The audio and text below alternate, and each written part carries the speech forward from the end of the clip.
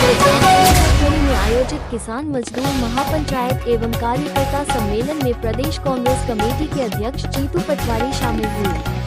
इस दौरान उन्होंने सभा को संबोधित करते हुए भाजपा सरकार पर जमकर निशाना साधा।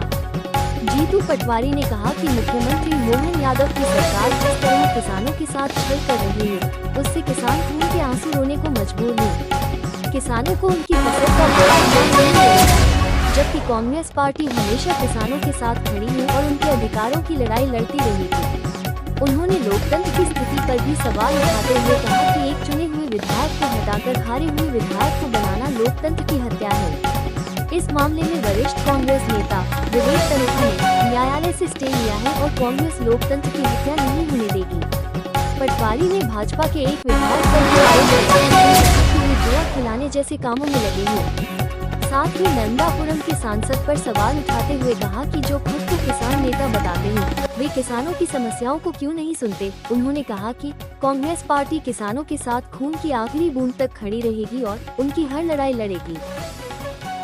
गाडरवाड़ा की इस पवित्र भूमि आपको आंदोलन में यज्ञ की भूमि से हमने शुरुआत की। भारतीय जनता पार्टी नरेंद्र मोदी, मोहन यादव और शिवराज सिंह चौहान ने जिस तरीके से किसानों के साथ छल किया है, किसान खून के आंसू रो रहा है। न गेहूं के दाम है, न धान के दाम है, न सोयाबीन के दाम है, न गन्ना के दाम है, न किसी फसल के दाम में। 97% किसान कर्ज में। भारतीय जनता पार्टी नरेंद्र मोदी ने जो ट्रेड डील की, ये ट्रेड डील किसानों की गर्दन पर तलवार चलाती। जो ट्रेड डील की, ये किसानों को एक तरह का जहर देके ये ट्रेड डील की। नरेंद्र मोदी कॉम्प्रोमाइज हुए, प्रेशर में आए। क्या कारण है, ये जांच का विषय। पर किसान आज जिस खून के आंसू रो रहा है, इसके लिए कांग्रेस पार्टी सड़क पर।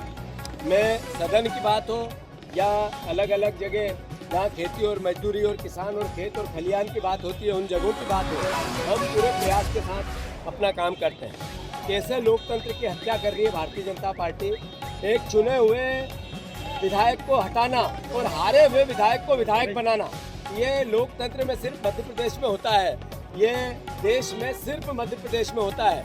ये ऐसा फैसला अपने आप में प्रश्न चिन्ह खड़ा करता है न्याय व्यवस्था पर। मैं फिर से धन्यवाद देता हूँ विवेक तन्खा जी को। उन्होंने इस पूरे केस को एडमिट भी कराया और उस पर स्टे भी लगवाया और आने वाले समय में फिर लोकतंत्र की जीत होगी। पर मैं पत्रकार बंधुओं से आग्रह करना चाहता हूँ, अरे यहाँ का एक विधायक है, 80 साल की उम्र, वो जुआ खिलवाता।